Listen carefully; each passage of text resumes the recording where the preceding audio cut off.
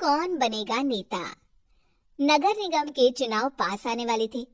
पूरे कानपुर शहर में टिकट को लेकर मारामारी शुरू थी, लेकिन सबसे ज्यादा चर्चा में वार्ड नंबर 40 की सीट थी। वो इसलिए क्योंकि इस बार वहां की सीट महिला के लिए आरक्षित थी। अब सवाल ये था कि चुनाव लड़ेगा कौन। इससे पहले ठाकुर साहब वहां से पार्षद थे और इस बार उन्होंने अपनी पत्नी सीमा ठाकुर को टिकट दिलवाई और ठाकुर साहब की शान के कारण सीमा जी ने 20,000 वोटों से चुनाव जीत लिया। अरे बधाई हो सीमा भाभी, अब तो आप वार्ड की पार्षद बन गई हैं। अब तो हमारे काम आप ही करवाएंगी। अरे ये तो सिर्फ नाम की पार्षद बनी है, वो तो महिला सीट आ गई, वरना पार्षद तो मुझे ही बनना था।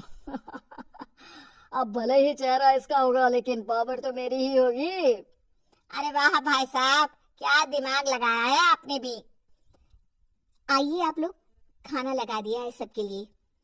सीमा जी पार्षद बन चुकी थी, फिर भी उनकी एक ना चलती।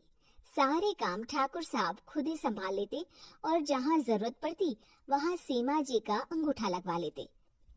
सीमा जी ज्यादा पढ़ी लिखी भी नहीं थी। एक दिन ठाकुर साहब और सीमा एक प्रोग्राम में जाते हैं।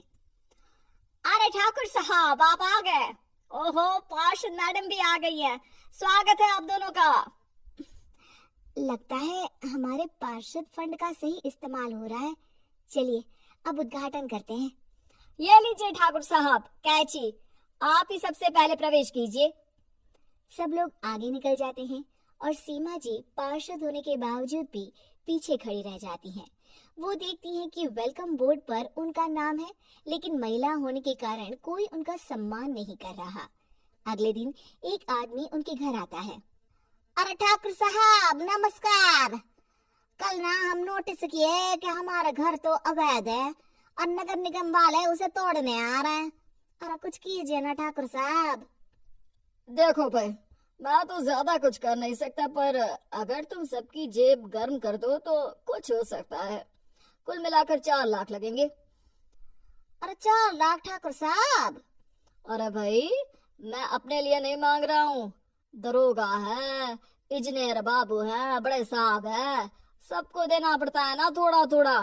बोलो है मंजूर? तभी वहाँ अचानक सीमा जी आ जाती हैं।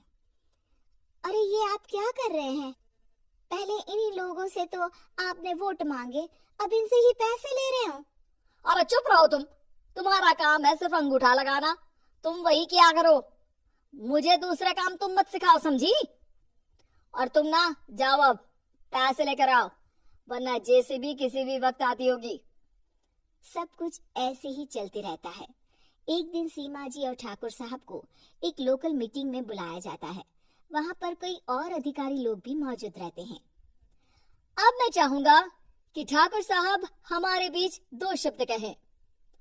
मेरे प्यारे भाइयों और बहनों, आज मेरा सौभाग्य है कि मैं आप सबकी सेवा दिन रात कर पा रहा हूँ। आपने मेरी पत्नी को भारी मतों से जिताया है, इसलिए मैं आप सभी का शुक्रगुजार हूँ। मैं आप सबसे वादा करता हूँ कि हमेशा की तरह हमारे वार्ड में किसी को कोई तकलीफ नहीं आने दूंगा। सभी लोग तालियां बजाने लगते हैं। अब मैं माननीय पार्षद मैडम को स्टेज पे बुलाना चाहूंगा। अपने नाम को बुलाया सुनकर सीमा जी एकदम चौंक जाती है। उन्हें बिल्कुल उम्मीद नहीं थी कि इतनी बड़ी जगह उन्हें मंच पर बुलाया जाएगा। जैसे तैसे वो मंच पर चढ़ती हैं। ऊपर जाते ही सीमा जी को सारी पुरानी बातें याद आ जाती हैं कि किस तरह उनके पति उन्हें कभी भी आगे बढ़ने नहीं देते और उनके नाम से गलत काम करते हैं। वो बोलने लगती हैं। मैं आपके वार्ड की पार्षद सीमा हूँ। आप में से बहुत कम लोग ही मुझे जानते होंगे, क्योंकि इससे पहले मुझे कभी ऐसा मौका ही नहीं मिला। सारे मौके मेरे पार्षद पति यानी आपके ठाकुर साहब ही लेते रहे, लेकिन आज ये मौका मुझे मिला है तो मैं इसे ऐसे ही नहीं जाने दूंगी।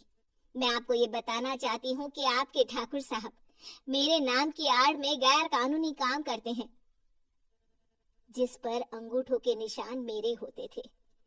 इसीलिए मैं अपनी गलती मानती हूँ और आज अपने पद से इस्तीफा देती हूँ, ताकि आगे से कोई गलत काम ना हो पाए। अब फैसला आप सबके हाथ में है कि आप हमें क्या सजा देना चाहते हैं।